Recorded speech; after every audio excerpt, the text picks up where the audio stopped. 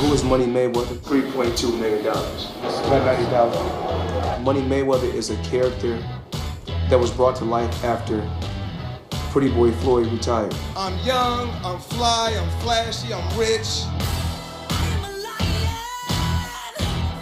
All right, joining us now, some call him Money Mayweather, others he's Pretty Boy Floyd. Either way, either way, whatever you like to call it, he's never lost a fight in his nearly 20-year pro career. None other. Gracing the set right now is Floyd Mayweather. Thank you for joining us here at SportsCenter Coast to Coast. So we know that you were here to promote the super middleweight unification fight at Barclays. Why are you promoting fights? I know you don't need to, so why this? Why now? It's all about giving back. I created Mayweather Promotions, a boxing promotion company to give back to fighters. So many fighters throughout the years have been taken advantage of. I was a fighter that started early, and once I was able to become my own boss, I wanted to put fighters in a great position to help fighters grow and hopefully someday surpass me. As good as you may become as a promoter, you're right up there with one of the all-time great boxers. So the question is, I'm putting to you, Floyd, I know you're retired. Yes. What's the likelihood you stay retired for the rest of your life? It's like probably 90, 95, 5%. That high? Yes, 95, 5% chance. There's nothing that can bring you back. No, they of course they offer me a lot of money, but I happen to be one of those athletes that had a smart business team, made some very, very smart, lucrative moves that I put myself in a position that I don't ever have to work again. Passing Rocky Marciano, as far as where you weight that, you're tied with him now. Well, I didn't 50-0 has a nice ring to it. Well, I didn't get into this sport to outdo any fighter. I got into the sport to do what I had to do, accomplish what I had to accomplish, make a lot of money, and then do something smart with my money on the outside. And now my whole thing is about just helping my children and helping my promotion company grow. It's interesting because you talk about, this fight and what you've accomplished and all the money you've made. Arguably, the biggest fight in recent times is you and Manny.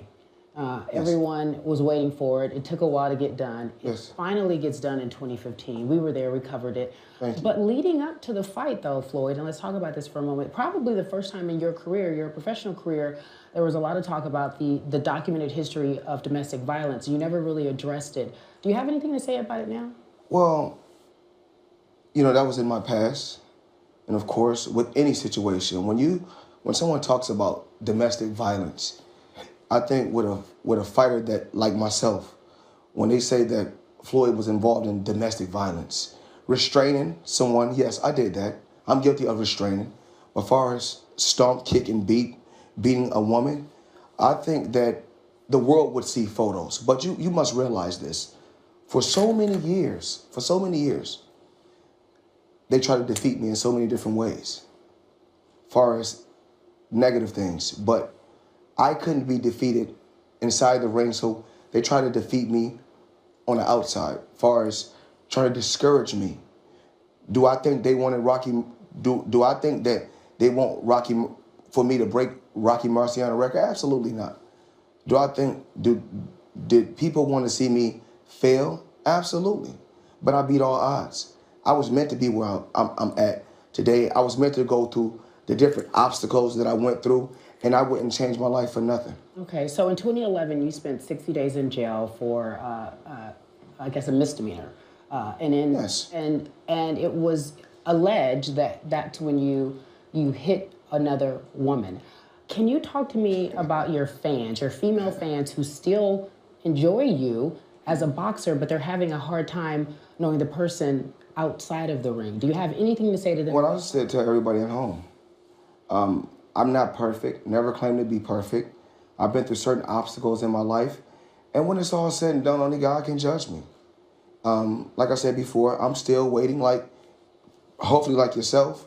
I'm waiting to see photos because I'm a major figure. So when something happens in my home, the world knows about it. Domestic violence could have happened in your home or with you and your boyfriend, but the world just don't know about it. What do you regret Floyd, your behavior over the years? I don't regret anything. You know, when it's all said and done, I know who I am as a person. I'm a great father. I'm a great man. I've been through obstacles. I've been through ups. I've been through downs in my life, and I'm not perfect. But I strive every day to become a better person. I'm a more positive person, and that's what it's all about. Nobody knows what you and your girlfriend has been through or what you and your wife has been through because you're not a major figure. Now, no different from Tiger Woods or any other figure that's huge. If an argument goes on in someone's home, it's going to get over-exaggerated. And you guys must realize this. I'm a fighter. So anytime the police is called about someone a dispute, they're going to say domestic violence anyway, because when a cop is called to someone's home, that's considered domestic violence. So at the end of the day... but there are a lot of fighters who aren't having the police brought to their homes, right? It's not like it happens with everybody. I'm saying, but how do you, if you're not, I mean, I don't think you're studying every fighter. I don't think so. I mean, I think you're this is, of course, ESPN is all about sports. So you guys check out, all type of sports. And I think domestic violence goes on every day. Do I approve of it? Absolutely not. But I'm not here to judge anyone. And people can judge me because when it's all said and done, only God can judge me. It's very fair of you to say domestic violence happens every day. It happens with other athletes. You are probably one of the few athletes. But I'm not. I didn't say what I said. Just in homes, period. Homes, period. But we're talking sports. You are arguably one of the few athletes that doesn't necessarily have to deal with the wrath of that once it's all said and done. You've been able to be above it in terms of the press. Well, you know what's crazy? Before I came, my publicist, Kelly Swanson, said, she wanted to, you wanted to ask me about domestic violence before I got on here. I said, I don't shy away from anything because I'm not like that, because when it's all said and done, I don't pay your bills in your home. You don't pay my bills in my home. I have to live my life the way I want to live my life. I've made mistakes in my life, and I'm a stronger person because of the things that I've been through. So, you live and you learn. Yeah. I love my life. I'm a great person. And it's all about being positive.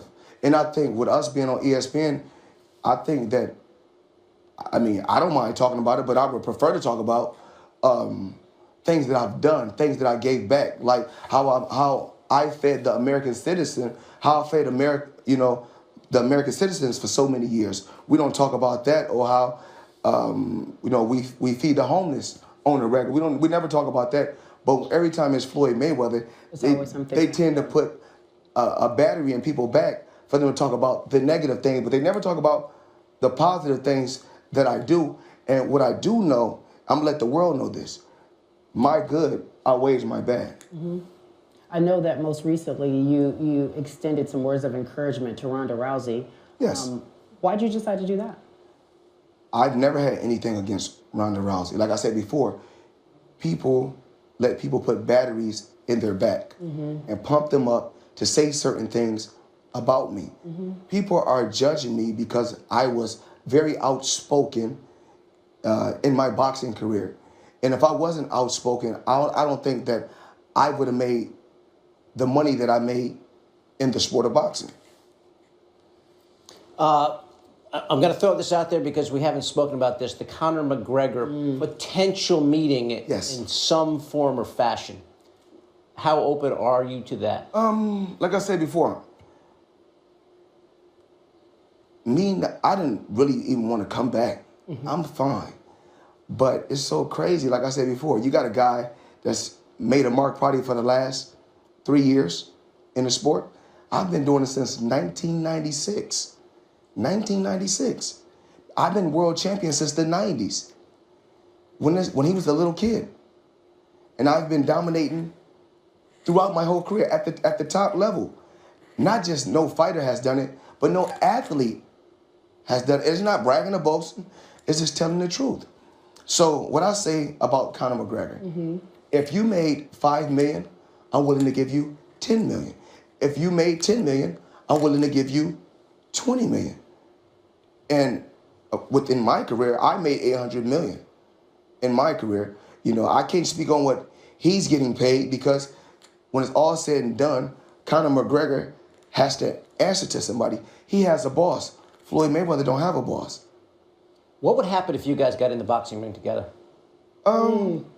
It'd be very interesting. Yeah. I think so, because I've heard a lot of people say that there's no chance that Conor McGregor could stand toe-to-toe with you in a boxing ring. In an octagon, it might be a different different skill set. But at the end of the day, most of the time in an octagon, he likes to stand up and fight. And of course, you got to realize this. Anything can happen. Is there any way possible you can see a scenario that you come back and fight Conor McGregor? Is there any way possible? I don't really know. I'm very, very comfortable. I called him out earlier when I did first take. And since I'm at the ESPN, What did you say by calling him out? I said, let's make it happen. You know, I told him that we could talk to your boss. Because he has a boss. You know, I'm my own boss. The number would be staggering if you guys were to engage. My number would be staggering. Your number would be staggering. It has to be because I'm always the A side. I show what I can do. We haven't seen what he can do yet. As far as pay-per-view numbers, because once again, Floyd Mayweather holds a record for pay-per-view. Percentage-wise, what would you want the split to be in the purse? You know, Yours is higher than that's something that I cannot talk about. Because I'm a very, very sharp businessman. Yeah, we know that. That's true. And once again, I didn't take punishment. Remember, everybody said Floyd was a chicken. All he did was run. He was scared. Yeah. I was a smart fighter. That was all. At the end of the day, I was very, very smart. I don't think anybody would argue with the fact that you're not a smart businessman. We've talked about that over and over again. That was the first thing you said. He has skillions of dollars. I think a skillions is the term, right? In the checking account. Okay. No one would argue with the fact that you are probably one of the greatest either. So we are doing top 5 boxers of all time. And I don't know if you have a list. We are putting that together. We would love for you to stick around and be the judge of that. And also let us know who your top 5 are. Okay. Okay, is that possible? Absolutely. You good? Yep, thank you. What do I want my legacy in boxing to be? You can set me free or bang me up. Hard work. Just stop torturing me, tell me what you gonna do. Not just the smartest guy inside the ring, but the smartest guy on the outside. You can set me free or bang me up. Floyd Mayweather here in studio to promote the super middleweight unification fight at Barclays. WBC champ Badu Jack going up against the IBF champ James DeGale. That's live, Showtime Saturday, 9:30 Eastern Time. And Floyd has been good enough to stick around and judge our top 5, the greatest fighters of all time. And I believe that I will take the honors and go first. Yes. Here we go. I didn't even know about Henry Armstrong until I started researching this. Held 3 titles at the same time. Featherweight, lightweight, and welterweight. Get this, he fought and won 41 times in a 2-year period, Floyd. That cannot be done. 41 times in 2 years.